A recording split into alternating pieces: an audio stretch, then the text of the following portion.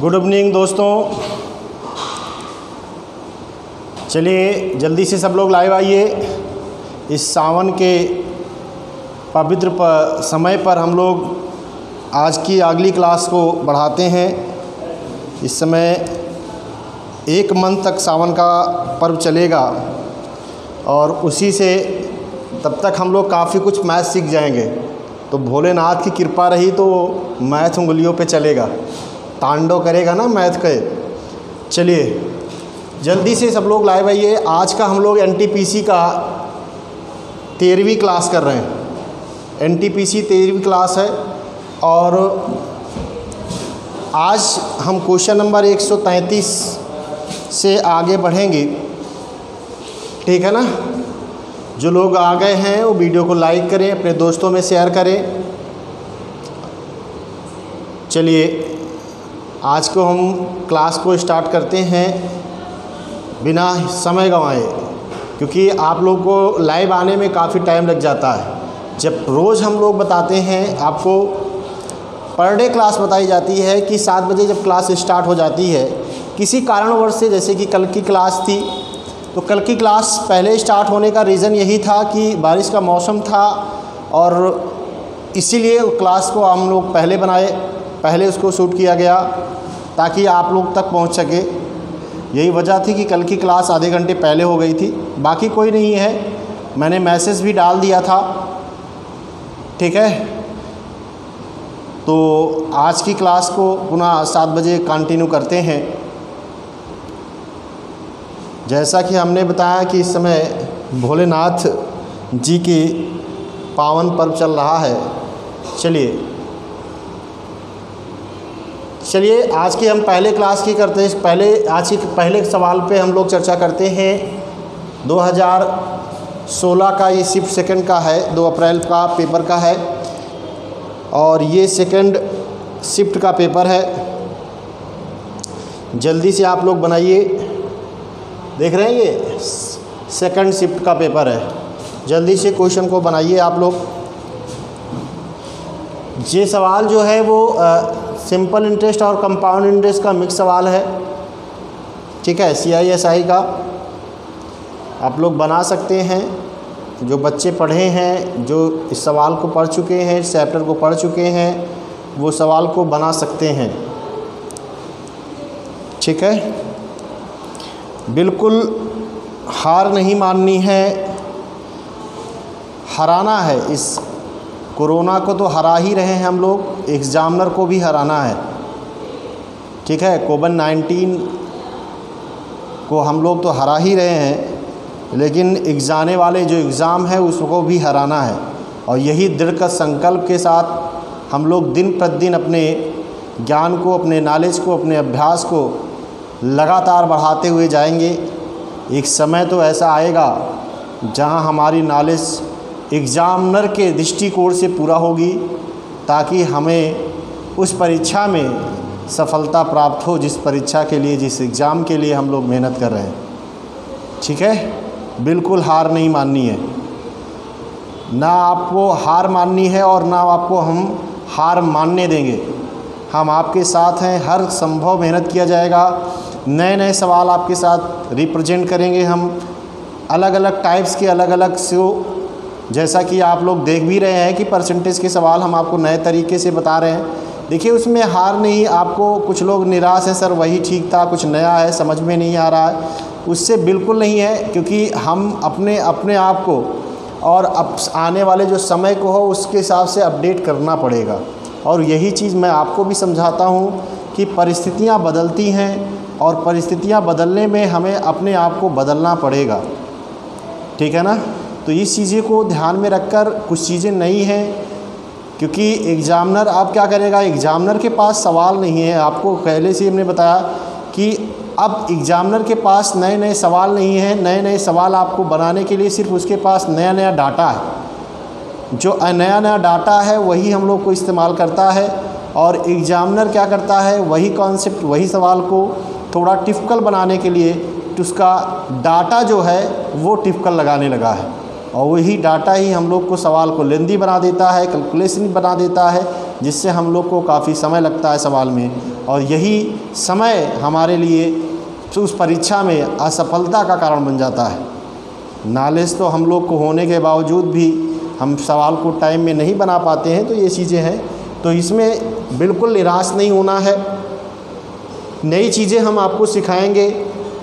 जो बच्चे को थोड़ा कम समझ में आ रहा है, बिल्कुल कमेंट करके वो बताए कि सर इस पॉइंट पे हमें प्रॉब्लम है, इसको हम फिर से एक्सप्लेन करेंगे। तब तक एक्सप्लेन करेंगे जब तक आपको समझ में नहीं आता है। बिल्कुल हमने आपको बताया है कि हम आपके साथ हैं, हम आपके साथ पूरा मेहनत करेंगे। जो भी आपको कॉन्सेप्ट नया लग रहा है, लेकिन हम आज के डेट को अपडेट करेंगे। देखा होगा ना कि मोबाइल आप एंड्रॉयड मोबाइल चलाते हैं, एंड्रॉयड मोबाइल चलाते हैं, उसमें आपने देखा होगा कि बीच बीच में क्या करता है, सॉफ्टवेयर अपडेट मांगता है। तो क्या करता है, अगर अपडेट नहीं करते हैं तो हमारा मोबाइल हैंग करने लगेगा, या अलग अलग तरीके से अलग अलग चीज़ें आती हैं। तो वहाँ पे हम लोग को उसको अपडेट करना पड़ता है। वही चीज़ हम लोग को है, आज का दौर है, इस विकट परिस्थिति में अपने आप को अपडेट करना है।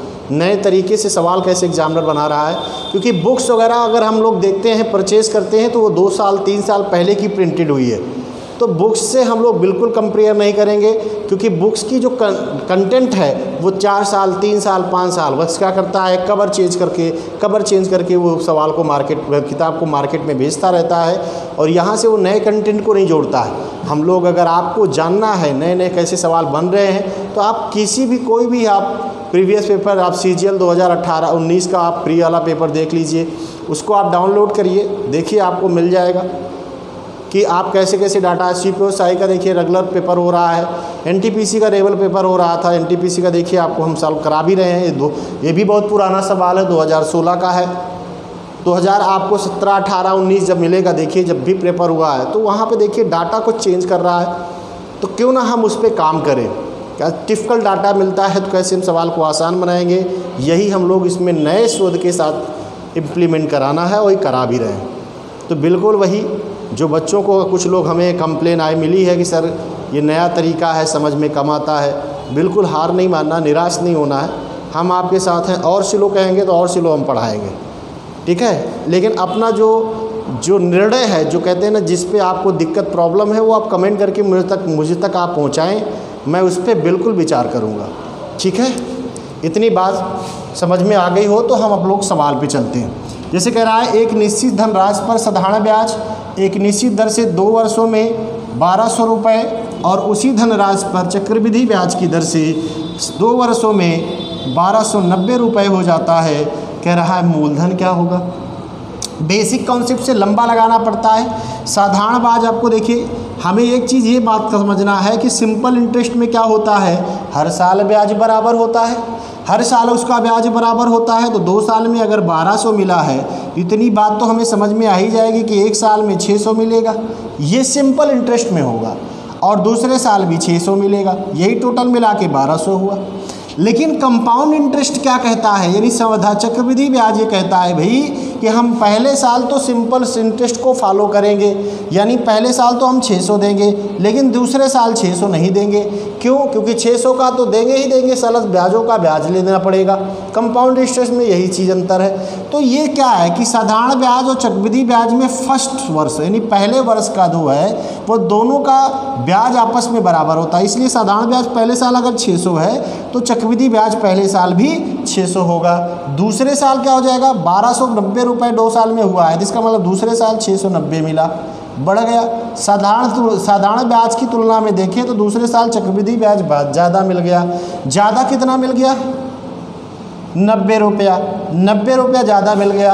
अब ये 90 रुपये क्या ज़्यादा मिला है, ब्याजों का ब्याज, यानी इसी 600 का जो 600 का जो 90 रुपये ज़्यादा हुआ, इसी 600 पे ज़्यादा हुआ। तो यहाँ हम ब्याज की दर फाइंड कर सकते हैं। 600 पे ज़्यादा मिला, परसेंट बनाने के लिए 100 से गुणा, 2 जीरोस कट गया, 15 छक्का 90, यानी ब्याज की दर यहाँ से मिल जाएगी। ब्याज की दर कितनी आ गई, 15%। किसी को यहाँ तक दिक्कत, ब्याज की दर 15% आ गई। अब यहाँ से ये समझना है कि आपको मूलधन बताना है, ब्याज की दर तो बताना नहीं है। तो यहाँ से आप देखिए कि 15% 1 साल में मिलता है, जबकि रुपए 1 साल में कितना मिलता है, 600। तो इसका मतलब 15% की वैल्यू 600 है, तो 1% की वैल्यू कितनी आ जाएगी, 15 से भाग दे देंगे, ठीक है ना, 15 चौको 60। 1% की वैल्यू कितनी आ गई, 40 आ गई कि नहीं। 1% की वैल्यू अगर 40 है तो 100% की वैल्यू क्या हो जाएगी, 100 गुना हो जाएगा, 4000। ऑप्शन कौन सा सही है, डी ऑप्शन सही है। ऑप्शन कौन सा सही है, डी ऑप्शन सही है। बात खत्म हो गई। समझ में आया। ब्याज की दर पूछा होता तो 15%, मूलधन पूछ रहा है तो 4000। 1% की वैल्यू निकालना आसान हो जाता है। 1% निकाल के बाद 100 कहेगा तो डबल जीरो लगा देंगे। अगर 4% निकालना को 4 से गुणा करा लेंगे। तो इसलिए 1% हमेशा निकालिए, थोड़ा सा कैलकुलेशन को आसान बने। पहले हम लोग 100% निकालते थे, अब 1% निकाल के, क्योंकि 100 निकालना आसान है, क्योंकि आप जानते हैं 1% की वैल्यू जितनी होगी 100% की वैल्यू उसमें डबल जीरो के साथ हो जाएगी। 1% की वैल्यू अगर 450 है तो 100% की वैल्यू 450 में डबल जीरो बढ़ा देंगे, 45,000 हो जाएगा। तो यहाँ से ओरल कर सकते हैं, इसलिए हम लोग अब 1% की वैल्यू निकालते हैं। चलिए बना दीजिए सवाल को अगला। समझ में आ गया होगा ना, अगला बना दीजिए।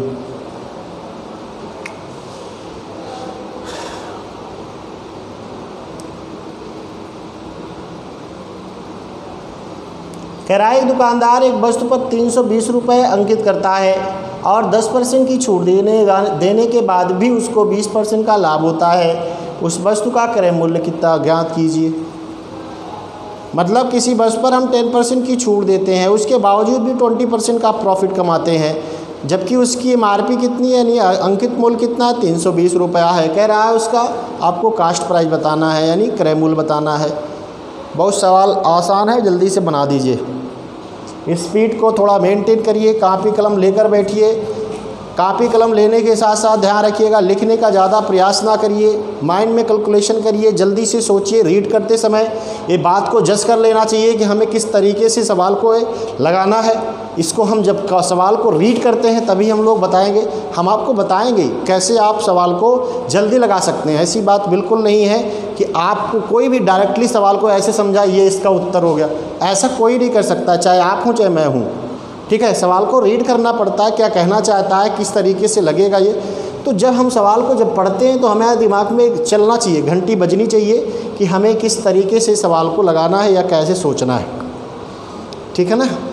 बहुत से बच्चों का कमेंट आना भी शुरू हो गया। इसका उत्तर क्या हो जाएगा, ए ऑप्शन। क्या हो जाएगा, 240 हो जाएगा। देखिए डायरेक्टली लगा सकते हो। 320 रुपये MRP थी कि नहीं थी। अब देखिए डिस्काउंट तो MRP पे ही दिया जाता है। क्या हो जाता है, 320 पर 10% की डिस्काउंट दे देगा। तो अगर 10% की डिस्काउंट दे देगा तो इसका मतलब 90% उसका क्या बन जाएगा, विक्रय मूल्य बन जाएगा। और यही विक्रय मूल्य आज कितने परसेंट के बराबर कह रहा है, 20% लाभ है। तो इसका मतलब ये 120% की वैल्यू है कि नहीं, इसमें लाभ ऐड है, भाग दे दिया। सीधा आपको क्या मिल जाएगा, कास्ट प्राइस, यानी CP, कास्ट प्राइस या क्रय मूल्य। अब यहाँ से देखिए परसेंट कट गया, 0 से 1 0 कट गया, 3 त्रिक 9, 3 चौक 12, 4 के 4, 4 8 32, 8 त्रिक 24, 240। यही इसका आंसर हो गया। ऑप्शन नंबर कौन सही, ए। भाई डिस्काउंट हमेशा MRP पे दिया जाता है, इसी पे डिस्काउंट दिया जाएगा, MRP दिया गया है। और प्रॉफिट किस पे होता है, उसके कास्ट प्राइस पे होता है। ठीक है ना, डायरेक्टली लगा सकते हैं। चलिए बढ़ जाते हैं फिर अगले सवाल पर। जल्दी से बना दीजिए भाई।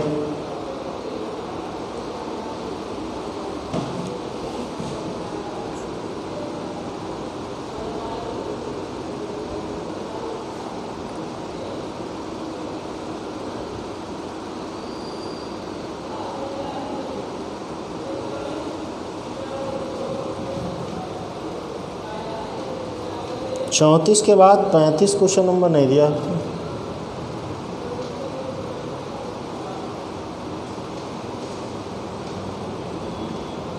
चलो देखो, हो सकता है कहीं इधर उधर हो। ठीक है ना, अभी देखते हैं। ठीक है, हो सकता है आगे मिले। कभी कभी PDF बनाने में इसमें थोड़ी सी आगे पीछे नंबरिंग गलत हो जाता है। कोशिश करते हैं गलत ना हो, लेकिन आज फर्स्ट टाइम हुआ है, हो सकता है। चलिए देख लेते हैं। अभी 6 वर्ष पहले 2 व्यक्ति P और Q की आयु का रेशियो दिया गया है। अब देखिए एज पढ़ाए थे, 4 साल बाद का फिर रेशियो दिया गया है। अब देखिए हमने आपको बताया था कि दोनों में क्या करेंगे, सबसे पहले डिफरेंस देखेंगे। तो 3 और 2 में डिफरेंस 1 का है, 7 और 8 में डिफरेंस भी 1 का है। तो यहाँ तो हमें नहीं लग रहा कोई प्रॉब्लम है। तो इसका मतलब हम 3 में से 5 8 घटाएंगे तो 5 आएगा, यानी डिफरेंस 5 रेशियो का आ रहा है कि नहीं आ रहा भाई। यहाँ पे देखेंगे तो इससे भी लगाएंगे तो 2 में से 7 घटाएंगे तब भी डिफरेंस कितने का है, 5 यूनिट का, यानी 5 रेशियो का। और इसी 5 रेशियो की वैल्यू कितना साल दिया, 6 साल पहले और 4 साल बाद, 6 4 10 साल का डिफरेंस हो गया। यानी रेशियो में डिफरेंस 5 का है, वर्ष में कितना है, 10 वर्ष का है। एक रेशियो की वैल्यू कितनी आ जाएगी, 2 वर्ष आ जाएगी कि नहीं आ जाएगी। अब देखिए अगर हम यहाँ से गुणा कराएंगे इसमें तो क्या मिलेगी, पी की 6 साल पहले की उम्र मिलेगी।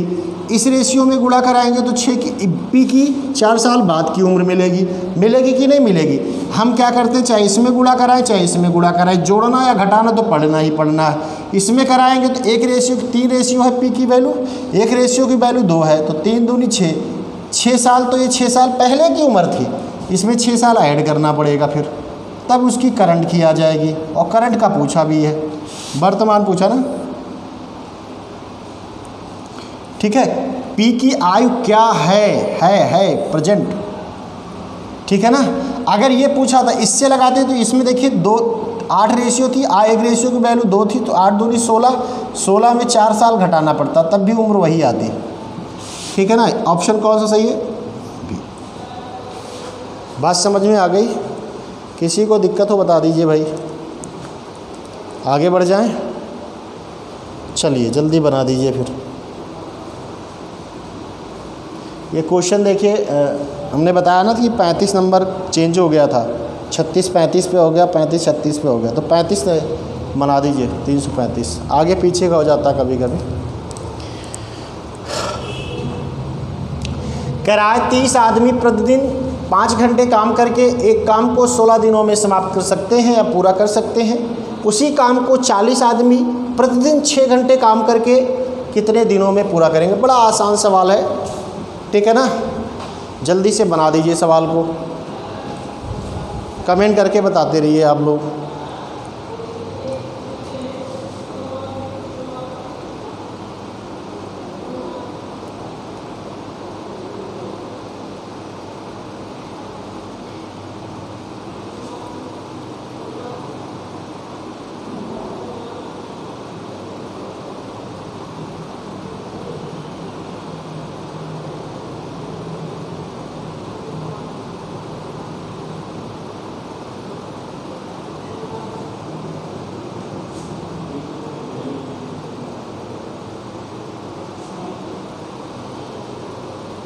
आ गया भाई,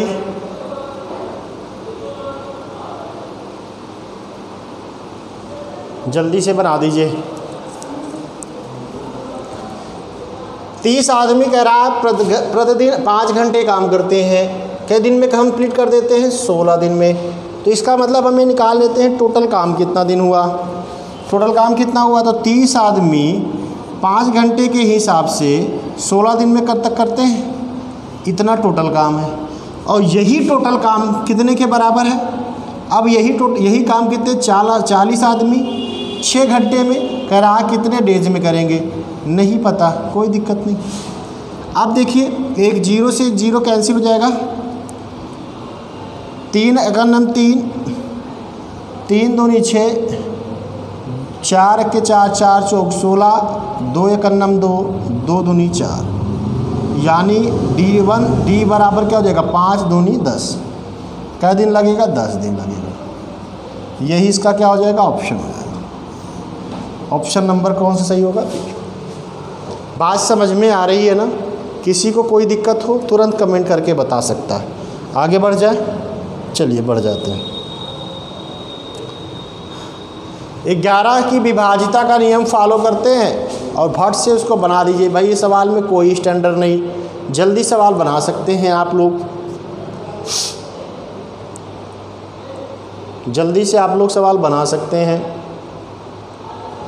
कह रहा है ये संख्या 11 से विभाजित है, तो कह रहा है सबसे छोटी प्राकृतिक संख्या r का मान क्या संभव है। अब आपको ये पता है भाई कि 11 की डिविजिबिलिटी रूल क्या होता है, यानी विभाजिता का नियम क्या होता है, पता है कि नहीं पता भाई?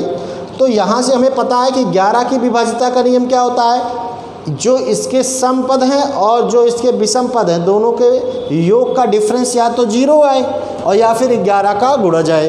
तो यहाँ पे देखते हैं तो इसके सम के और विषम डिफरेंस कितना है, इसका डिफरेंस 0 और 9 कितना हो जाएगा, 9 ही आएगा योग, और 1 और प्लस आर, 1 आर प्लस 1, इन दोनों के बीच का डिफरेंस या तो क्या है 0 आए और या तो 11 का कोई मल्टीपल आए, गुणज है। तो यहाँ से आपको ये पता है कि 0 ही आ सकता है, 11 का मल्टीपल तो आ नहीं सकता क्योंकि ये टोटल 9 ही है। तो यहाँ पे 9 में से 9 घटेगा तभी तो 0 आएगा, यानी हम कह सकते हैं कि r प्लस 1 बराबर 9 होना चाहिए। तो r की वैल्यू क्या होगी, 8 हो जाएगी। r की सबसे छोटी संख्या क्या हो सकती है, 8। ऑप्शन कौन सा सही है, डी ऑप्शन सही। बात खत्म। ओरली भी लगा सकते हो, ठीक है। 9 और 0 9 ही होगा, और 8 और r और 1 8 रखेंगे तभी तो r का मान 8 हो जाएगा, और 1 8 1 9 9 9 9 डिफरेंस कितना आएगा, 0 आएगा। ठीक है ना, चलिए आगे बढ़ जाइए, सवाल बना दीजिए फट से।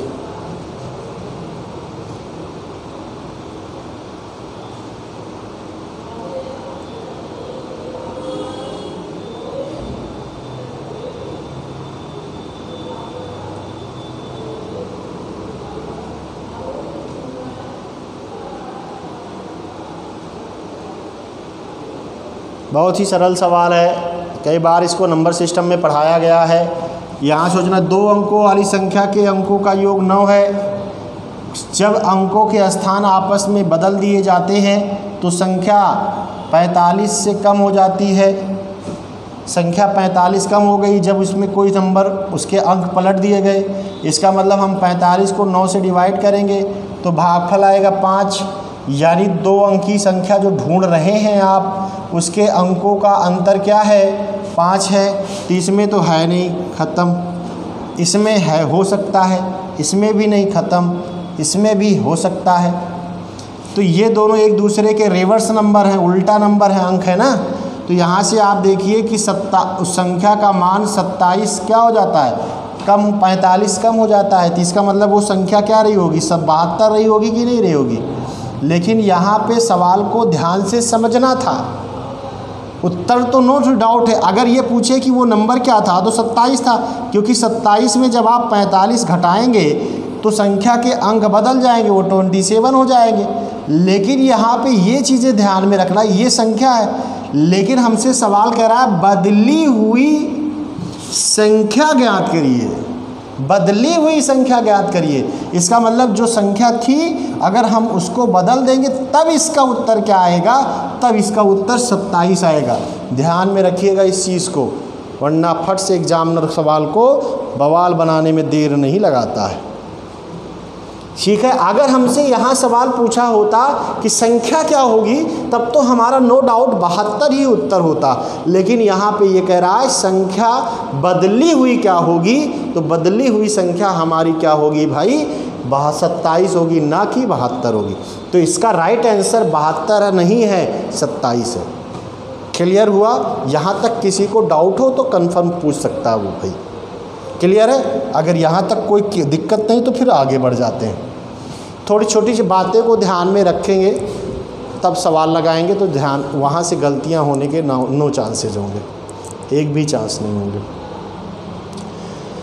जल्दी से बना दीजिए ये सवाल। अभी हमने आपको कल के परसेंटेज सवाल इसी मेथड से हमने आपको बताया था, और याद अगर आप लोगों को होगा तो बहुत आसान तरीके से सवाल लगा सकते हैं। हमने आपको बताया ये एलिकेशन विधि से भी लगा सकते हैं। कह रहा है एक थैले में 5 पैसे और 10 पैसे के कुल 90 सिक्के हैं, उनमें से कुछ 5 पैसे के हैं, कुछ 10 पैसे के हैं, और सारे सिक्के जो हैं वो सारी की कीमत क्या रुपया है, 7 रुपया है। सारी की कीमत 7 रुपया है। तो कह रहा है इसमें 5 पैसे के सिक्के क्या होंगे, एलिकेशन से लगा सकते हैं, नो डाउट हम लगातार दोनों अगर आप कहेंगे तो हम दोनों बता देंगे।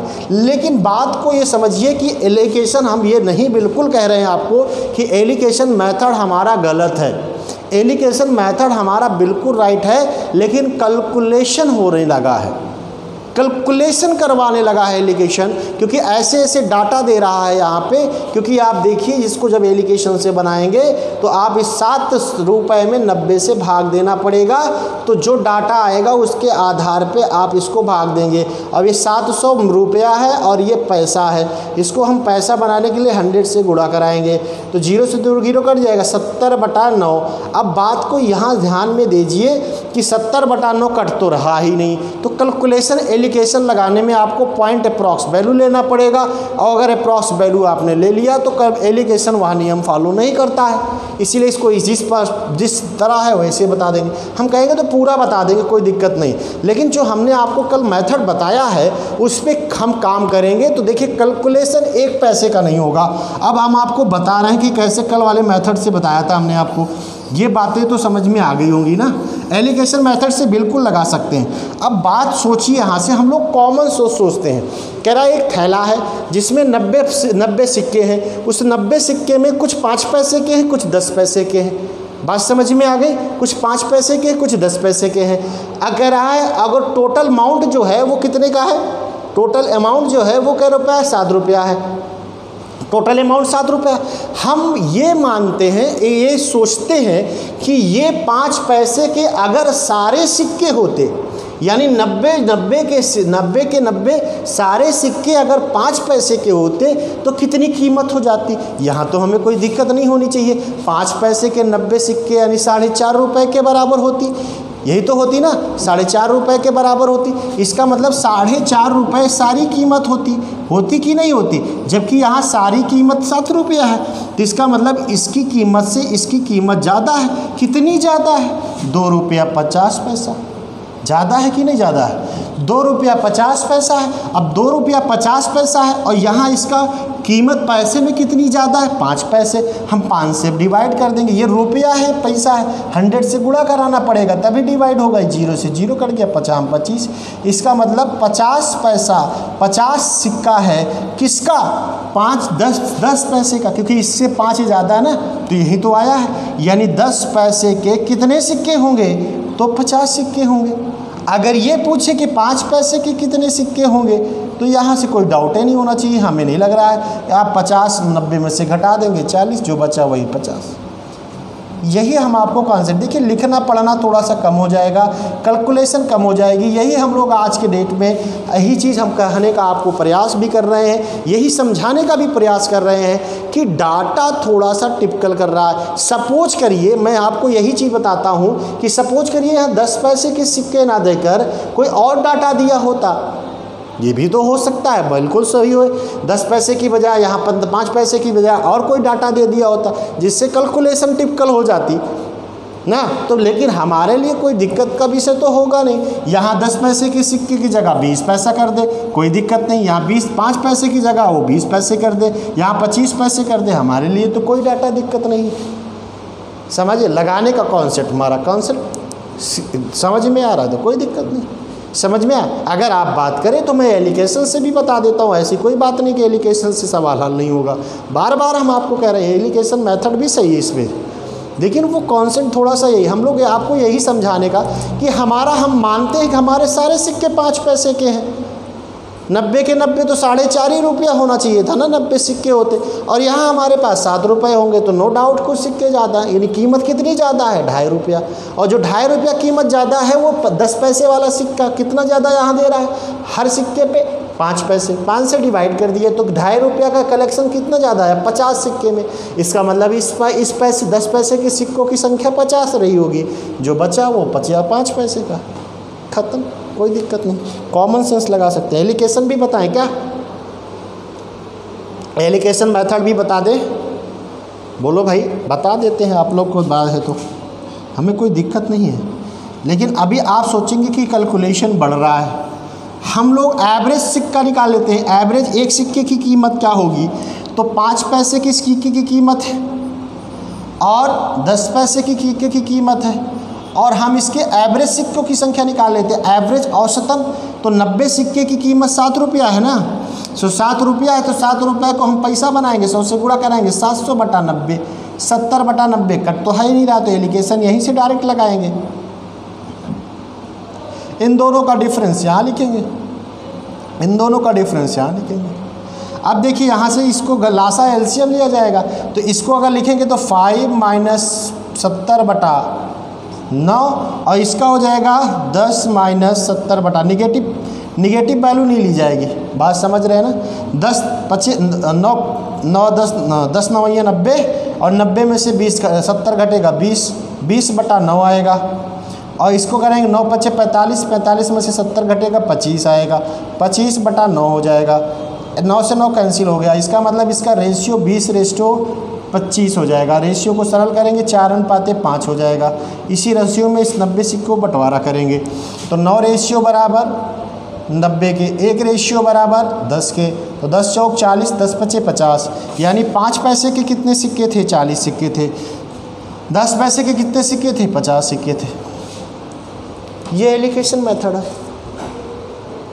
बात समझ में आ गई। अब लगा होगा कि हम लोग क्या करेंगे, कॉमन सेंस लगा कर भी लगा सकते हैं। हमने कोई तरीका नहीं बताया, कोई ट्रिक नहीं बताई है, कॉमन सेंस लगाए हमने। मैं यही एज्यूम किया कि सारे सिक्के क्या हैं? 5 पैसे के हैं, बस बात बढ़ जाते हैं। जल्दी से बना दीजिए भाई।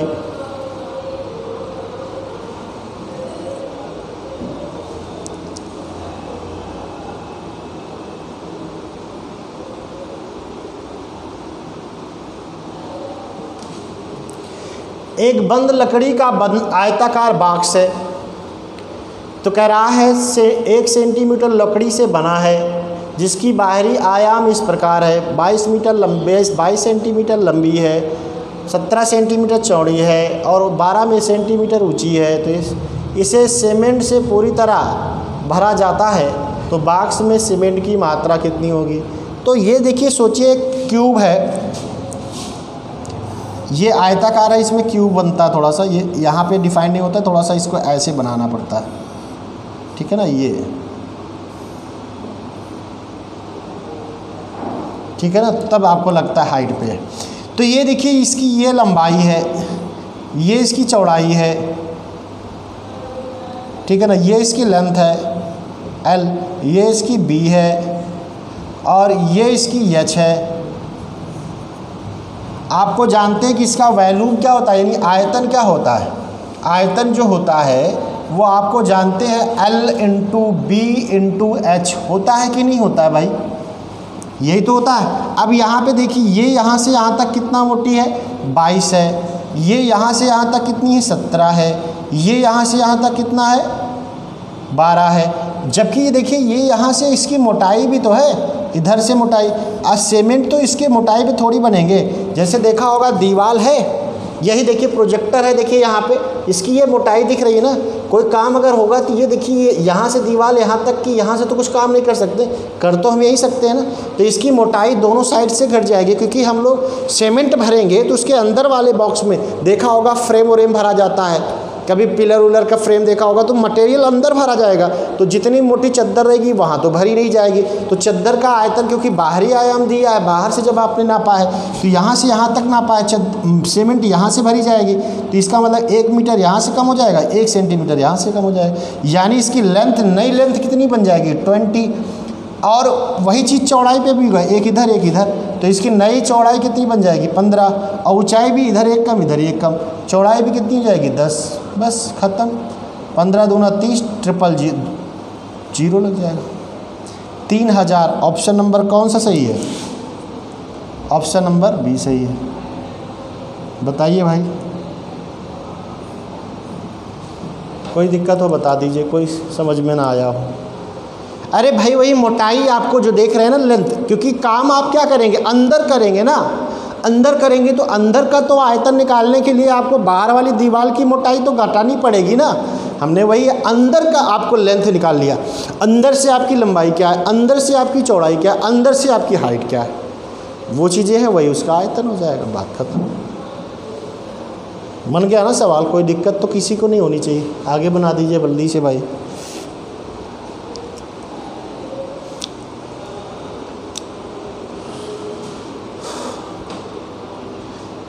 पी ने एक वस्तु को 1600 रुपये में खरीदा तथा 10% के लाभ पर बेच दिया।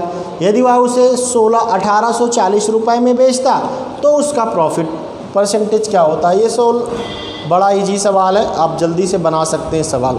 जल्दी से कमेंट करके आप लोग बताइए सवाल को बना।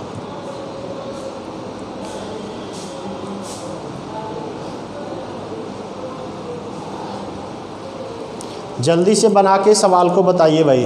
टाइम थोड़ा सा कम लीजिए और जल्दी थोड़ा फास्ट लगाइए आप लोग।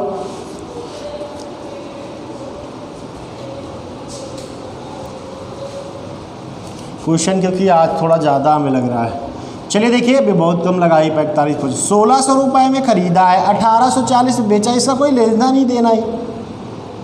तो 1600 में ख़रीद के अगर 1840 में बेचेगा तो 240 का तो उसे प्रॉफिट होने वाला है। लेकिन किस पर? कास्ट प्राइस पर 1600 पे 100 इंटू कर देंगे परसेंट बनाने के लिए। दो संख्या 0 हो जाएगा। 8 दूनी 16, 8 3 24, 2 1 2, 15 दूना 30। कितना परसेंट का प्रॉफिट होगा? 15%। ख़त्म। क्या दिक्कत है भाई?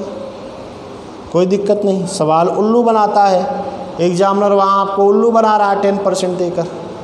चलिए बढ़ लेते हैं आगे जल्दी से, थोड़ा सा जल्दी काम चलाइए, जल्दी जल्दी कलम चलाते रहेंगे तो जल्दी आ जाएगा।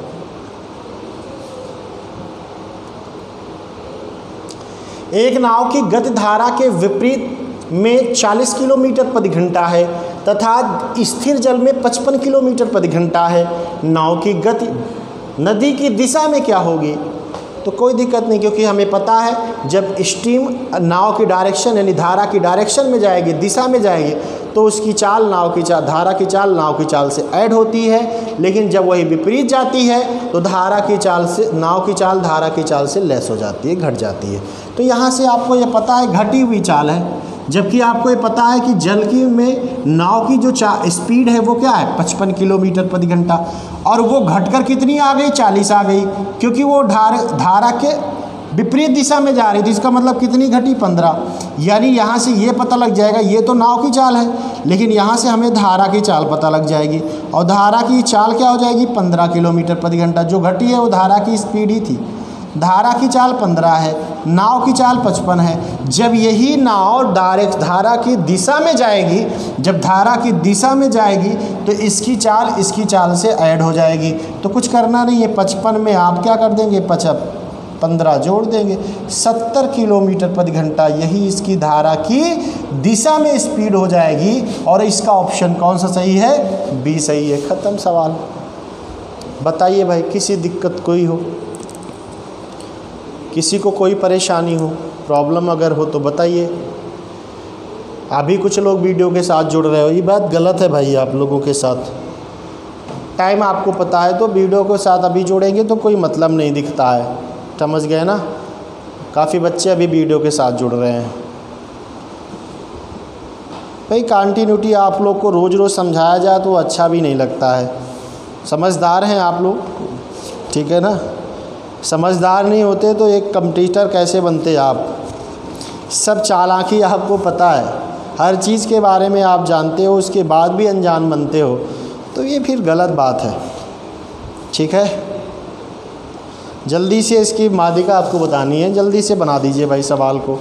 कोई दिक्कत नहीं, माध्यिका बड़ी आसानी से बना सकते हैं आप।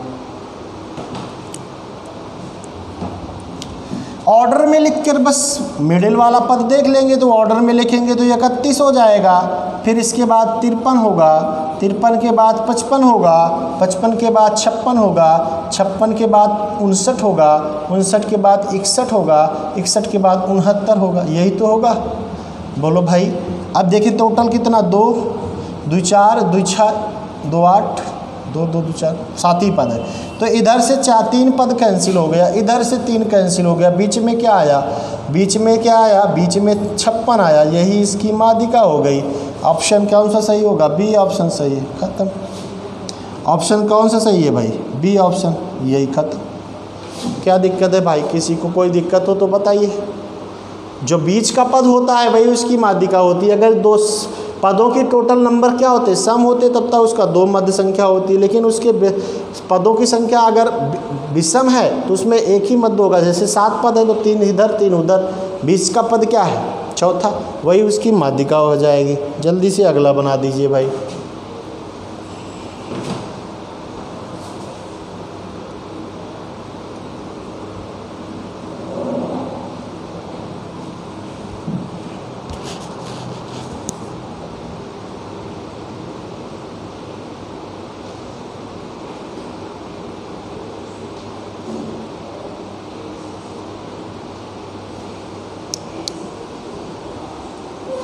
जल्दी से बना दीजिए भाई।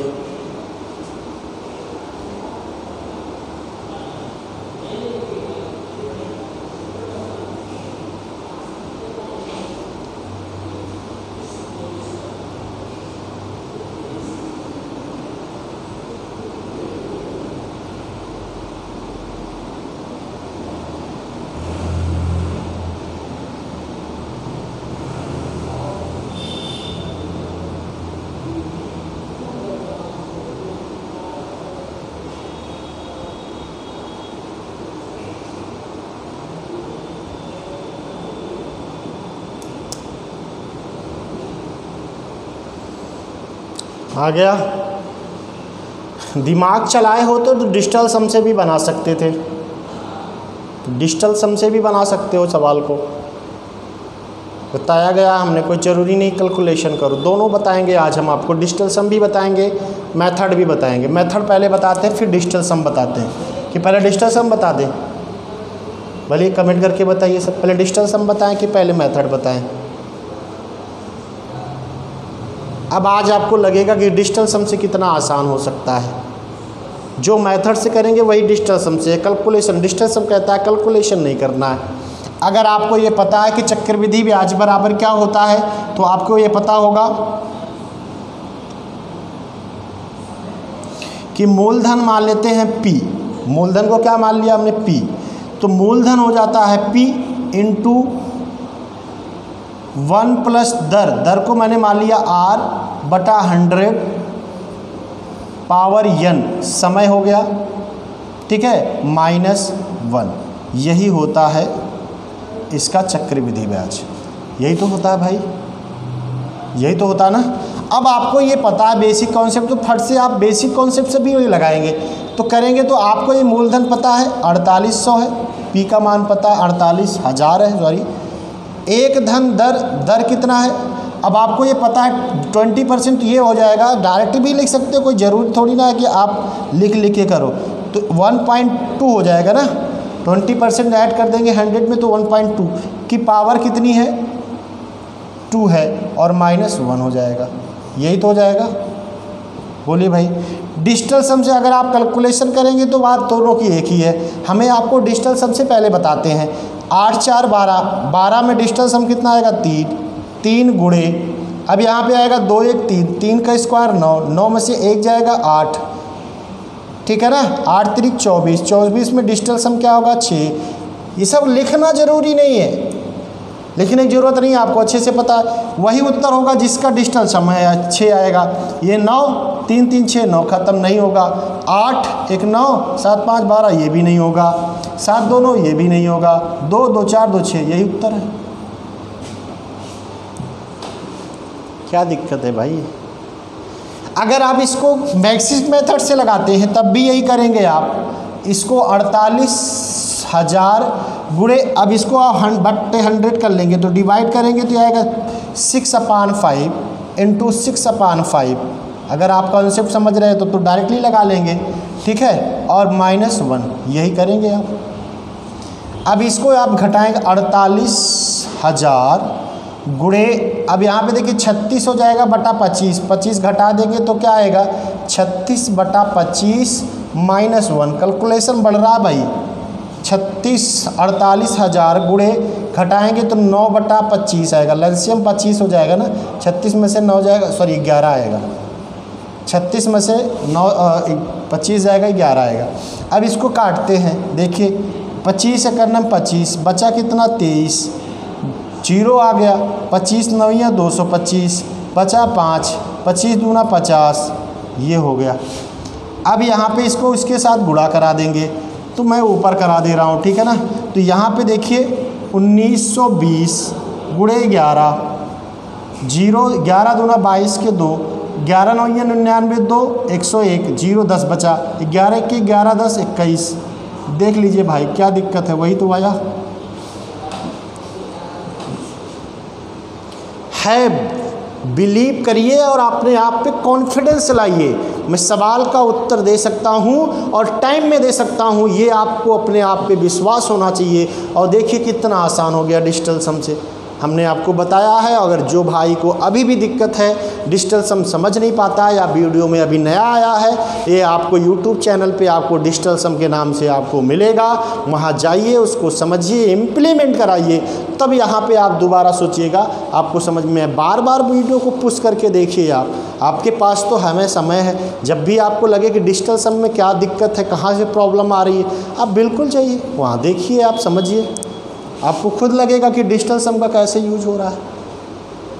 समझ में बात आ गई होगी ना। चलिए बढ़ जाते हैं। सोचिए भाई, डिजिटल सम को सोचना पड़ेगा।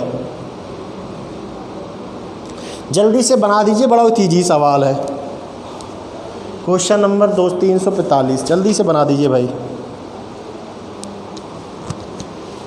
दो संख्याओं का मासा दिया गया है और लासा भी दिया गया है। यदि इनमें से एक संख्या दिया है दूसरी, तो कुछ करना नहीं है। आपको ये पता है दो संख्याओं का गुणनफल लासा और मासा के गुणनफल के बराबर होता है। ये यानी मासा गुणे लासा बटा पहली संख्या, कोई दिक्कत नहीं। 3 से 3 दूनी 6, 3 6 18, 26, 26 से अब कटेगा 26 का मतलब 13 दूना 26, 13 दूना 26, 13 एकन्नम 13, फिर 2 से कट जाएगा, 2 एकन्नम 2, 2 एकन्नम 2, 0 2 पंचे 10, यानी दूसरी संख्या क्या हो जाएगी 105। ऑप्शन नंबर सी सही है। ख़त्म।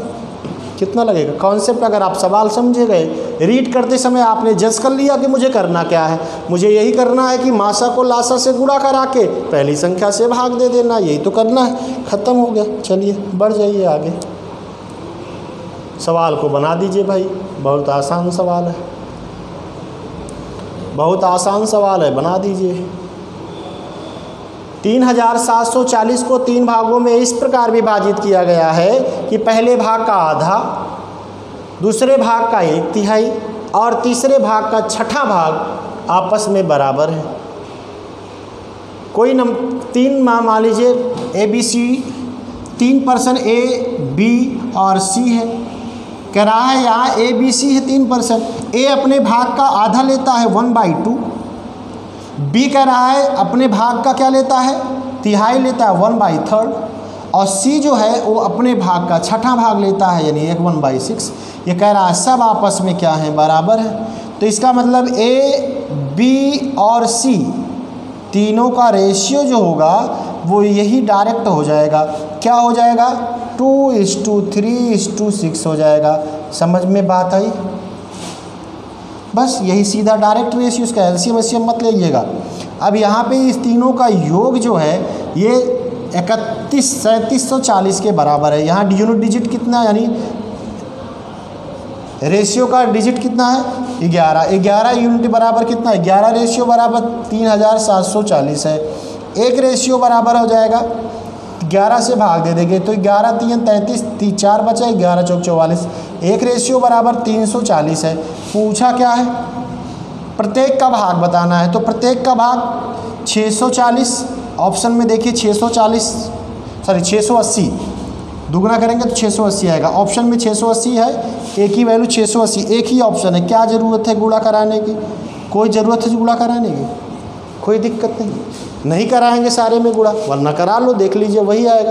क्वेश्चन देखिए, सोचिए, दिमाग थोड़ा सा लगाइए। ज़रूरी नहीं होता है हर सवाल में पूरा कैलकुलेशन करने के बाद मैच कराएं। ऑप्शन को माइंड में रखते रहिए। एक ही गुणा कराने से मैं पता लग गया 680 एक ही में ऑप्शन में था तो बता ख़त्म हो गई। पहले की वैल्यू से ही सब फाइट करेंगे, उत्तर होगा तो यही होगा, वरना कोई ऑप्शन नहीं होगा। कोई ऑप्शन ऐसा हो नहीं सकता है कि बने, ऐसा तो है नहीं कि इनमें से कोई नहीं ऑप्शन आपको बनाया है। ठीक है, आगे बढ़िए। स्पीड यही डेकोरेट होता है भाई, स्पीड आपको यहीं से मिलेगी। जल्दी से बना दीजिए फटाक से।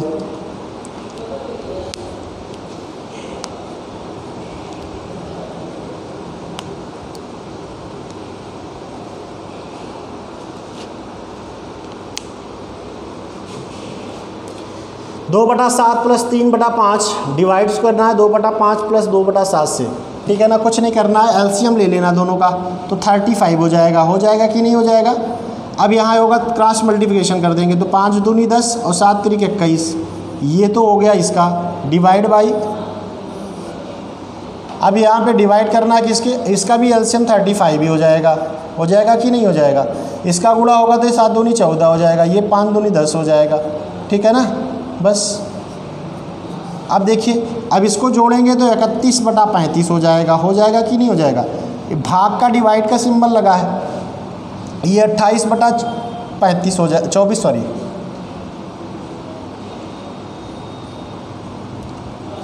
24/35 हो जाएगा।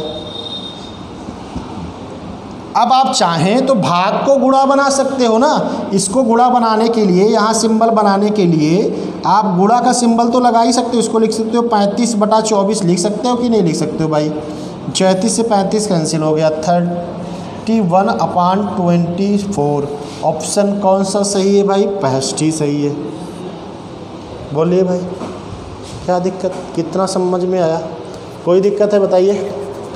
समझ में आ रहा है ना, बना दिया ना। चलिए बढ़ जाते हैं आगे, जल्दी से बना दीजिए इसका बहुलक। कोई स्टैंडर्ड नहीं, तुरंत फट से कमेंट करके आप लोग बताइए, बिना टाइम खर्च किए, जाकि आगे बढ़े सवाल। जल्दी से बनाइए भाई फट से। बहुलक आपको बताना है, ये आपको पता है कि सबसे ज़्यादा पद जो आया वो बहुलक है। सबसे ज़्यादा पद जो आया है वो सबसे ज़्यादा जो पद आया, जो सबसे जिसकी सबसे ज़्यादा बारंबारता होगी वही उसका बहुलक है। तो 55 आपको दिख रहा है ना, 1 टाइम 2 टाइम 3 टाइम आया है 55।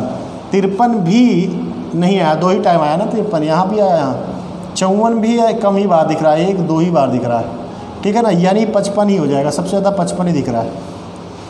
इसका बहुलक कितना हो जाएगा, 55। ख़त्म, कितना टाइम लगेगा। चलिए आगे बढ़ जाते हैं, जल्दी से बना दीजिए। एक मेज को 10% प्रॉफिट पर बेचा गया है, यदि उसका क्रय मूल्य 5% कम होता तो 7 रुपये अधिक में बिकता, तब उसे 20% का प्रॉफिट होता। कह रहा मेज का क्रय मूल्य बताओ। जल्दी सवाल, बढ़िया सवाल लेकिन इजी सवाल, बना दीजिए फट से जल्दी से सब लोग।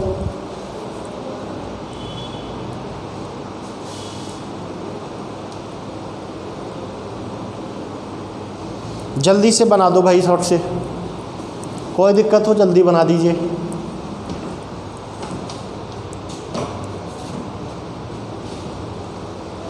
यहाँ कुछ नहीं समझ, थोड़ा सा ध्यान में देना है। एक मेज का को 10% प्रॉफिट पे बेचा गया, फिर कह रहा है यदि उसी का 5% में कम में खरीदा, तो समझ कर ये मैंने माना 100% में मैंने खरीदा, 100% में खरीदा, ये हमारा कास्ट प्राइस है, ठीक। फिर सीपी यानी बेचा कितने में, सीपी कितना हो जाएगा, हमने 10% प्रॉफिट में बेचा, ये 110 में बेच दिया।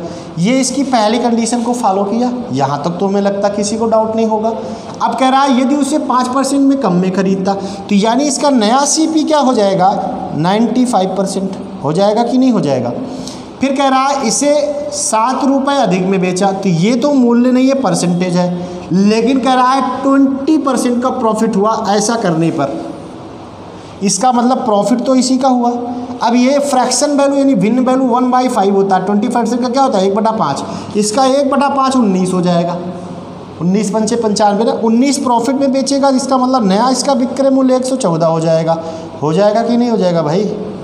यानी पहले वो 110 की सीपी थी, आज इसकी सीपी कितनी हो जाएगी, एसपी कितनी हो जाएगी, सेलिंग प्राइस यानी विक्रय मूल्य कितना हो गया 114। 4% की इंक्रीमेंट लगी, 4% की वृद्धि हुई, 4% की वृद्धि हुई, जबकि रुपए में कितने की वृद्धि हुई, 7 की, ठीक है ना। 1 यूनिट की 1% की वैल्यू कितनी हो जाएगी, 7/4।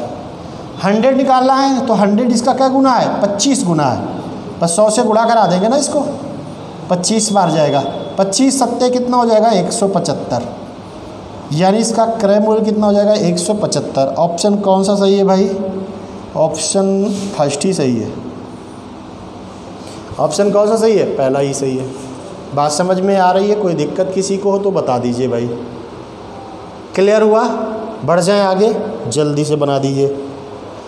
डाटा का सवाल आ गया, ग्राफ का सवाल आ गया, जल्दी से बना दीजिए।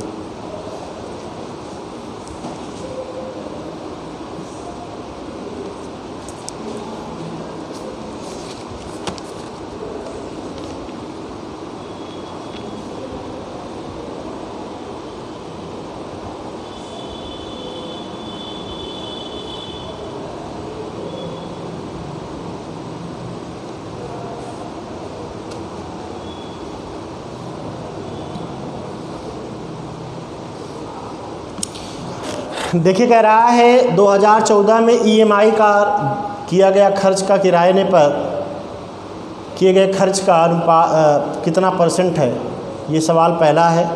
एक डाटा बनाया गया है, किराना है, किराया है, मनोरंजन है, ईएमआई है और कर है, टैक्स है, जिसका डाटा वो परसेंटेज में फाइंड किया है। ठीक है ना, कितना कितना डाटा 2010 में 22-32% आपको किराने पे खर्च किया गया है, घरेलू खर्च है। 12% किराया दिया, 5% मनोरंजन पे किया, 3.54% क्या कर दिया, ईएमआई दिया, 9% क्या दे दिया, कर टैक्स दे दिया, कर दे दिया। वैसे 2011 में, वैसे 2012 में, 2013 में, 2014 में अलग अलग दिया गया है। अब यहाँ पे कह रहा है 2014 में ईएमआई, 2014 कितना है, ईएमआई कितना है 7.4% कह रहा है। ईएमआई पर किया गया खर्च, किराने पर किए गए खर्च का कितना परसेंट है। तो देखना ये है कि ईएमआई पर कितना खर्च हुआ है 7.4% और किराने पे उसी साल में किराने पे कितना खर्च हुआ है 52% खर्च हुआ कि नहीं, किराना ही तो है, हाँ किराने पर। तो इसका मतलब 7.4 52% का कितना है, 52 का कितना परसेंट है, इंटू 100 कर देंगे। अप्रॉक्स इसकी वैल्यू हम क्या मान लेते हैं 50। देखिए कैलकुलेशन को आसान बनाने के लिए 50 दूना 100, यानी इसकी वैल्यू 7 दूनी 14, यानी 14.8 से ज़्यादा कम आएगी, 14.8 से इसकी वैल्यू कम आएगी। तो ये तो गया ख़त्म, ठीक है ना, ये भी ख़त्म है, ये भी ख़त्म, इतना कम नहीं आएगी, 14 तो समथिंग आएगी, लेकिन 13 थोड़ी ना हो जाएगी। ऑप्शन कौन सा है, बी, कहीं काटना है। कैलकुलेशन से बचिए भाई, तरीका बिल्कुल हम अप्लाई करेंगे, आपको बताएंगे, आपको अच्छे से पता है। हमने इसको 50 ही माना है ना, तो इसकी वैल्यू 14.8 आई है। जब 50 होती तो, अगर 52 होगी तो इसकी वैल्यू इससे कम आएगी 14.8 से, तो 14.8 से समथिंग अप्रॉक्स वैल्यू कितनी आएगी। अब देखिए ये तो 13 दिया गया, ये 15 दिया गया, ये 11 दे दिया, यही इसका उत्तर है। चलिए बढ़ जाइए आगे। कैलकुलेशन आसान बनाइए भाई, आसान बनाएंगे तो बड़े मज़े आने वाले हैं। प्रतिवर्ष मनोरंजन पर औसत खर्च कितना है।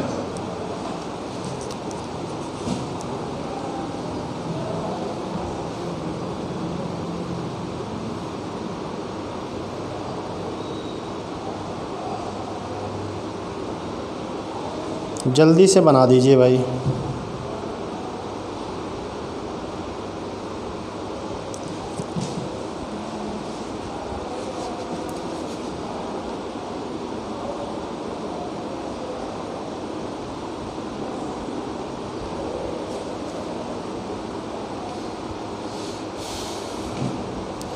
तो यहाँ मनोरंजन पे हर साल का जोड़ लेंगे, मनोरंजन पे सारा जोड़ लीजिए, इसका एवरेज बना दीजिए। 8.5, 7.9, 3, 7.3, 6.5, 5 सबको जोड़ना है ना, कोई दिक्कत नहीं। पहले इसको दशमलव वाला जोड़ देते, 5, 9, 5, 14, 14, 3, 17, 17, 5, 22, 22 2 कैरी हुआ, 5, 2, 7, 7, 5, 12, 7, 6, 13, सॉरी 13, 7, 20, 20, 7, 27, 27, 8, 35। इसको 5 से डिवाइड कर देंगे, 5 7 35, पॉइंट लग जाएगा, जीरो भी बढ़ेगा ना, 5 चौक 20, 7.04। ठीक है, इतना ये परसेंटेज एवरेज आया। एक चीज़ यहाँ मिस हुआ है, इसमें दिया गया है प्रति वर्ष, एक चीज़ यहाँ मिस हुआ है, को प्रिंट नहीं आया इसमें, शायद ब्लैक की वजह से नहीं आया। प्रति वर्ष जो है वो 1000 रुपये खर्च करता है, इसमें दिया गया है, ठीक है ना, 1000 रुपये वो डाटा दिया गया, वो प्रिंटेड नहीं आया। प्रति वर्ष 1000 है और 1% इतना खर्चा करता है, तो कुछ करना नहीं, इसमें गुणा करा दो 1000 से, तो 0.70 में 1000 से गुणा करा देंगे, तो 2 जीरो कट जाएगा और 1 पॉइंट जी इसमें लग जाएगा, तो हो जाएगा 7040 रुपये। कितना आएगा 7040 रुपये। ऑप्शन नंबर फर्स्ट सही है। ऑप्शन क्या सही है, ये ध्यान रखिएगा, इसमें ये चीज़ प्रिंटेड होना चाहिए था। प्रतिवर्ष वो 1000 रुपये करता है, मतलब 2011 में, 2010 में, 2012 में, 2013 में, 2014 में, सब में 1000 है। ठीक है ना, चलिए बढ़ जाइए, आगे बना दीजिए।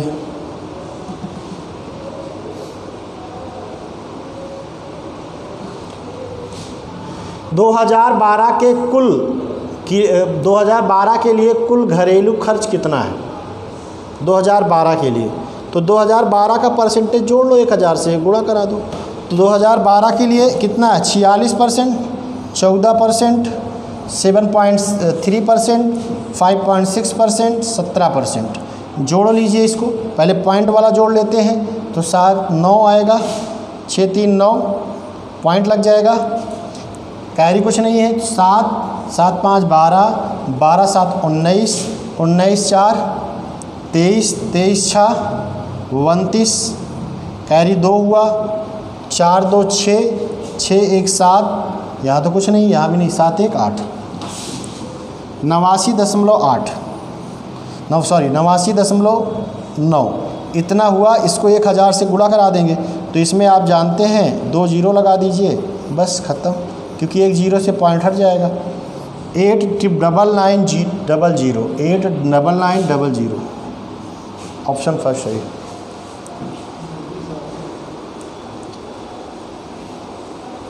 ठीक है ना, कोई दिक्कत है? जल्दी बना दीजिए आगे।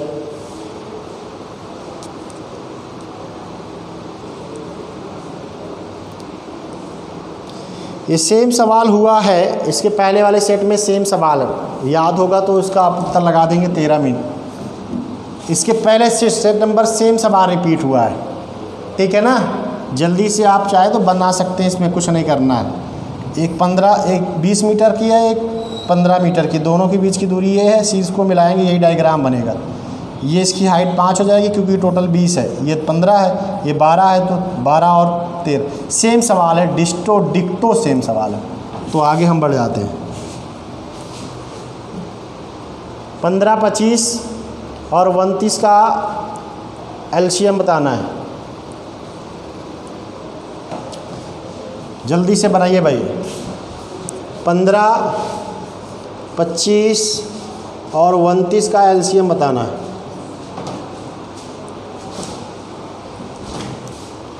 चलिए जल्दी बना दीजिए। एचसीएफ बताना है इसका। तो हमने आपको बताया था कि एलसीएम निकालने के लिए आपको तरीका हमने आपको बताया था, और एलसीएम निकालने का तरीका क्या था आपको रिमाइंड करा देते हैं कि सबसे बड़ी संख्या हम मान लेते हैं 29। तो देखिए एलसीएम क्या होता है, ऐसी छोटी से छोटी संख्या जो दी गई संख्या से डिवाइड हो जाए, 15 से हो जाए, 29 से हो जाए, 25 से हो जाए, 29 से हो जाए। तो हमने मान लिया सबसे बड़ी संख्या यही इसकी एलसीएम है, तो 29 तो 29 डिवाइड हो जाएगी, 25 से नहीं होगी ना। तो 25 से नहीं होगी तो इसमें कोई नंबर कॉमन भी नहीं दिख रहा है, तो गुणे 25 कर देंगे। अब बात देखिए यहाँ से, इन दोनों में कुछ नंबर क्या कॉमन, अब 29 से 15 क्या कटेगा, 15 29 तो कटेगा नहीं, 15 लेकिन 25 में कॉमन दिख रहा है। इसमें दोनों में क्या कॉमन दिख रहा है, 5, तो 5 कॉमन दिख रहा है, तो क्या 15 में है एक्स्ट्रा है 3 से गुणा करा दे, क्योंकि इसमें 3 भी नहीं, क्योंकि ये आभाज्य संख्या है। तो यहाँ पे 29 गुणे 75। अब यहाँ पे अप्रॉक्स वैल्यू बनाएंगे, यानी अगर हम इसको 30 मान लें तो इसका 3 गुना हो जाएगा। तो 3 गुना कितना हो जाएगा, 2250। इसकी वैल्यू 2250 से कम आएगी। ये तो ऑप्शन नहीं होगा, ये भी नहीं होगा, ये भी नहीं होगा, ख़त्म। क्यों गुणा कराओगे? 29 का पहाड़ा याद है किसी को? 2 बार गुणा कराओगे किनारे जाके, समझ रहे हो ना। तो किनारे नहीं जाना है, अप्रॉक्स वैल्यू माइंड कर लेना है, बस उत्तर हो गया। क्या ज़रूरत है, करके गुणा करके देख लो, वही आएगा। इसको हमने 30 मान लिया भाई, 30 मान लिया तो 30 का मतलब 3 गुना ही तो होगा एक जीरो के साथ। तो इसका 3 गुना 75 दूना 150 और 75 और जोड़ देंगे 2200, क्या हो जाएगा 225, एक जीरो बना दिया। इसकी वैल्यू 2250 से कम ही आएगी क्योंकि हमने ज़्यादा काउंट किया, सारी वैल्यू 2250 से ज़्यादा है। ख़त्म, आगे बढ़ा दीजिए, जल्दी से बना दीजिए भाई सवाल, टाइम एंड वर्क का है, बहुत आसान सवाल है, खटाक से बनाइए, जल्दी से आगे बढ़ते हैं।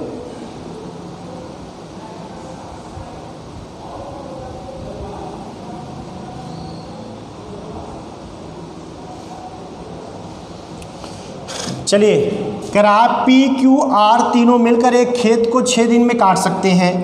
P plus Q plus R, एक खेत को कै दिन में, 6 दिन में। कह रहा है पी अकेले उसे कितने दिन में, पी अकेले उसे 10 दिन में, क्यू अकेले उसे 24 दिन में, है कि नहीं है। इसका एलसीएम कितना हो जाएगा, कितना हो जाएगा 120 हो जाएगा। अब देखिए कहाँ 5 इसमें 5 बार गुणा कराएंगे, इसमें दोनों कॉमन है तो 25 यानी 5 बार गुणा कराएंगे 120। इसका एलसीएम 120 हो गया, इसकी कैपेसिटी 20 आ गई, इसकी कैपेसिटी 12 आ गई, इसकी कैपेसिटी 5 आ गई। इसका मतलब तीनों मिलकर एक दिन में कितना काम करते हैं 20, जिनमें पी करता है 12, क्यू करता है 5, तो इसका मतलब दोनों 12 5 17। बचा कितना किसके लिए, आर के लिए, कितनी कैपेसिटी 3। करना कितना है 120 को 3 से डिवाइड कर दो, 40 दिन। ऑप्शन नंबर बी 40 दिन उत्तर हो गया, ख़त्म सवाल। बढ़ जाइए आगे। सेम सवाल बताया गया है, इसकी आप क्या दिया गया है, फ्रैक्शन वैल्यू दिया गया, भिन्न वैल्यू दिया है। आप पॉइंट वैल्यू फाइंड करके बड़ा छोटा ज्ञात कर लेंगे, एक ही नंबर है आगे पीछे लिखा गया है, ठीक है ना, कुछ करना नहीं है। इसकी वैल्यू जानते हैं आप 37.5 आएगा समथिंग अप्रॉक्स के। इस 73 को आप अप्रॉक्स वैल्यू मान के चलिए, 0 बढ़ा देंगे तो 7 का 2 पॉइंट समथिंग के आसपास आएगा, 2 पॉइंट के आसपास ना। इसकी वैल्यू 0.3 के आसपास, परसेंटेज वैल्यू नहीं है ये, पॉइंट वैल्यू मान लेंगे तो 8 दूनी 8 चौक 32, वही है 3 पॉइंट समथिंग के आसपास आएगा ना, 3.7 के आसपास, ठीक है ना। अब इसकी देखिए कि 47 0 बढ़ा दिया इसमें तो 50 का 6.6 के आसपास आएगी वैल्यू इसकी। अब इसको देखेंगे तो इसमें 0 लगा दिया, 40 मान लिया, 4 चौक 16 0.4 के आसपास वैल्यू आएगी। यहाँ से आपको सब पता है, ये सबसे छोटा है ना, ये सबसे छोटा है, ठीक है, और ये सबसे बड़ा है, ये फर्स्ट है, ठीक है ना, ये सेकंड है, ये थर्ड है और ये फोर्थ है, ठीक है ना। यानी इसको कौन से ऑर्डर में लिखना, ऑर्डर में लिखना है, तो सब डिसेंडिंग ऑर्डर में, यानी सबसे बड़ा फिर उससे छोटा, सॉरी सबसे छोटा फिर उससे बड़ा फिर उससे बड़ा फिर उससे बड़ा। सबसे छोटा कौन है, ये 19/73 सबसे पहले किस में, दोनों में है, सब इस तीनों में है ना। इसके बाद कौन आएगा, ये 17 ये आएगा 3/8, 3/8 ये तो गलत हो गया, ऑप्शन 2 बी और सी में। इसके बाद आएगा 17/39, ऑप्शन नंबर बी सही है। ऑप्शन कौन सा सही है, बी सही है। समझ गए ना, अप्रॉक्स वैल्यू करिए, कैलकुलेशन नहीं कर पाएंगे आप, कैलकुलेशन आपके बस की नहीं है। चलिए बढ़ जाइए, जल्दी से बना दीजिए इस सवाल को। एक त्रिभुज का परिमाप 200 है, यदि उसकी 2 भुजाएं बराबर हों तथा तीसरी भुजा बराबर वाली भुजा से 20 सेंटीमीटर अधिक है, 20 अधिक है तो तीसरी भुजा क्या होगी, 2 बराबर वाली। अगर इसका मतलब ये है कि तीसरी जो भुजा है, फर्स्ट सेकेंड और थर्ड, तीनों भुजाओं का योग होता है, तीनों भुजाओं का योग परिमाप होता है। ये वाली जो भुजा है, इन दोनों बराबर वाली जो भुजा से 20 मीटर ज़्यादा है, तो इसका मतलब इसमें अगर हम 20 घटा दें टोटल अमाउंट में, टोटल में अगर हम 20 घटा दें तो डायरेक्ट आप समझ सकते हैं कि जो आया है वो तीनों भुजाओं का योग ही तो है, तीनों भुजाओं का बराबर है, तो 3 का मतलब 1 60 हो जाएगा, ये भी 60 हो जाएगा और ये 80 हो जाएगा। यही इसकी तीनों भुजाएं हैं। क्या पूछा, तीसरी भुजा 80, ख़त्म। क्या करना है, आगे बढ़ जाइए, ऑप्शन से लगाइए। एक कपड़े का क्रय मूल्य 35 रुपये है, यदि उस कपड़े की लंबाई 4 मीटर होती और प्रत्येक मीटर का मूल्य 1 रुपया कम होता तो कुल क्रय मूल्य अपरिवर्तित रहता। मतलब जितना ही ये रहता उतना ही इसका क्रय मूल्य रहता। तो कह रहा है कपड़े की लंबाई क्या होगी, अप्रॉक्स वैल्यू इसका ऑप्शन से लगाओ, ज़्यादा बेहतर होगा, ठीक है ना। जिसका डिजिट कटता हो तो 10 से मल्टीपल है ना। हम मान लेते हैं कपड़े की पहले कीमत क्या थी, 10 मीटर थी, 35 रुपये में आप 10 मीटर कपड़ा खरीदे, 1 मीटर की कीमत 3 रुपया 50 पैसा है। हम 10 मान का ऑप्शन चेक कर रहे हैं, क्या करेक्ट आता है।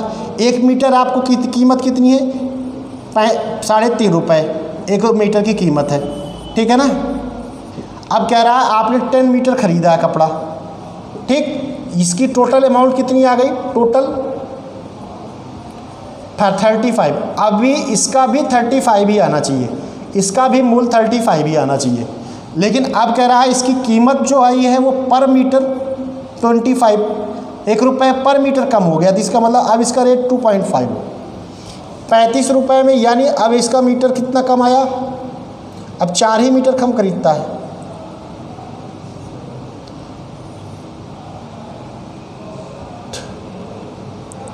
यदि उस कपड़े की लंबाई 4 मीटर होती और प्रत्येक मीटर का मूल्य 1 रुपये कम होता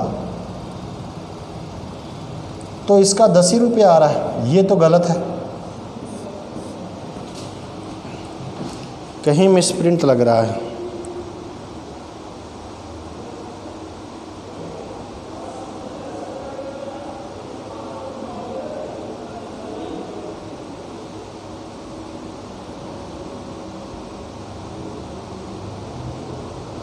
यहाँ पे मिसप्रिंट है, जानते हो क्या,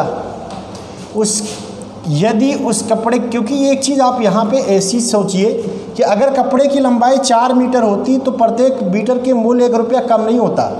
यहाँ पे एक थोड़ा सा मिसप्रिंट है।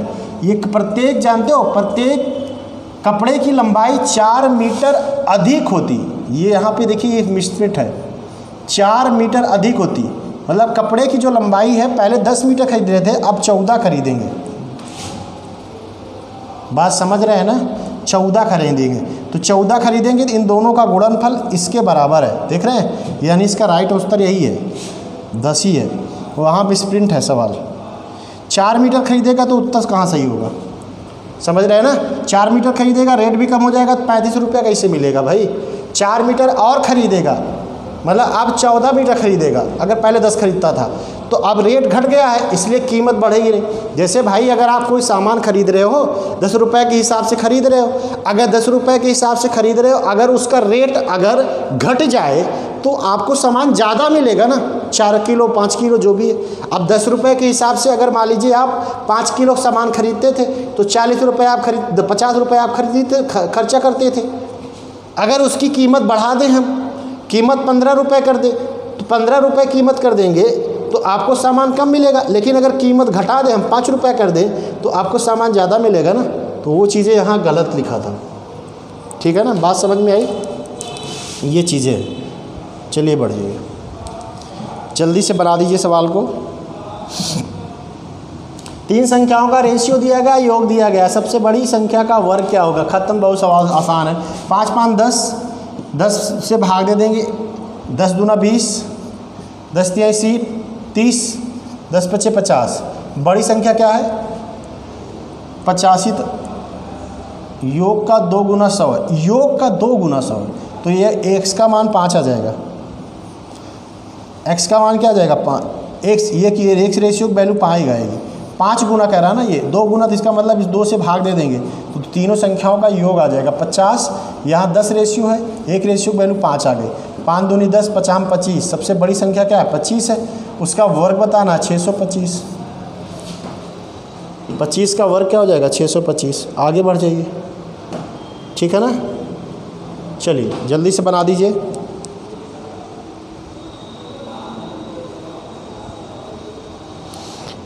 सवाल आपको बताया गया है, एक 20 मीटर लंबी सीढ़ी है, एक खड़ी दीवार पर टिकी है। यदि ज़मीन से 30 डिग्री का कोण बनाती हो तो सीढ़ी दीवार की कितनी ऊंचाई तक पहुंचती है। देखिए ये दीवार है सपोज करिए, ठीक, और इस पे सीढ़ी लगी यहाँ तक, ये इसका आधार है, ठीक है। ये सीढ़ी है जिसकी लंबाई उसने दिया है 20 मीटर है। कितना है, 20 मीटर है सीढ़ी की लंबाई, एक 20 मीटर लंबी सीढ़ी है, ठीक, जो इस दीवार के साथ सहारे टिकी है।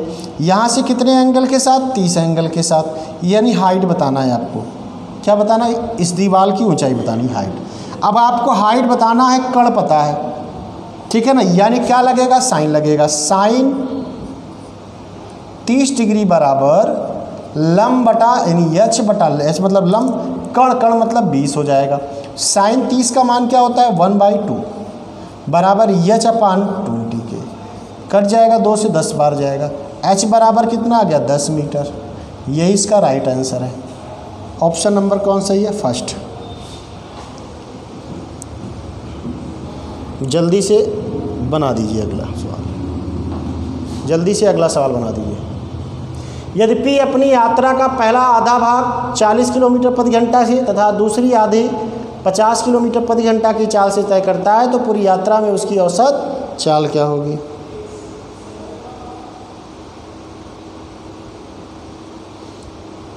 कुछ नहीं करना है, दूरी तो निश्चित है ना, वही दूरी गया वही दूरी, आधी दूरी कम बराबर है, तो औसत चाल बराबर हमने आपको बताया है, औसत चाल बराबर क्या होगा?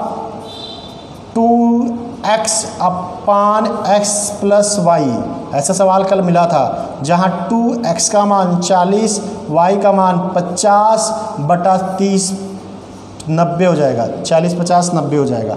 एक जीरो से एक जीरो कैंसिल हो गया, कटने वाला तो है नहीं, तो 5 चौक 20, 200 400, 400/9, 400/9 का चौक 36, कैरी बचा 4, 9 चौक 36, कैरी दशमलव, 9 चौक 36, 9 चौक 36, 44.4।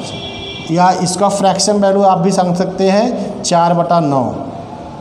4/9 की फ्रैक्शन वैल्यू क्या होती है? 44.44। ऑप्शन नंबर ए सही है। ख़त्म। ठीक, समझ में आया? किसी को कोई दिक्कत समझ में नहीं आया हो तो बताएं। ये औसत चाल बराबर होती है। क्लियर? आज के सवाल इतना ही। उम्मीद करता हूं कि आज की क्लास आपको अच्छी लगी होगी। अच्छी लगी है तो वीडियो को लाइक शेयर सब्सक्राइब जरूर करते रहें। हमारे साथ इतने देर तक बने रहने के लिए, झेलने के लिए बहुत बहुत धन्यवाद। सबको गुड नाइट, टेक केयर, शुभ रात्रि।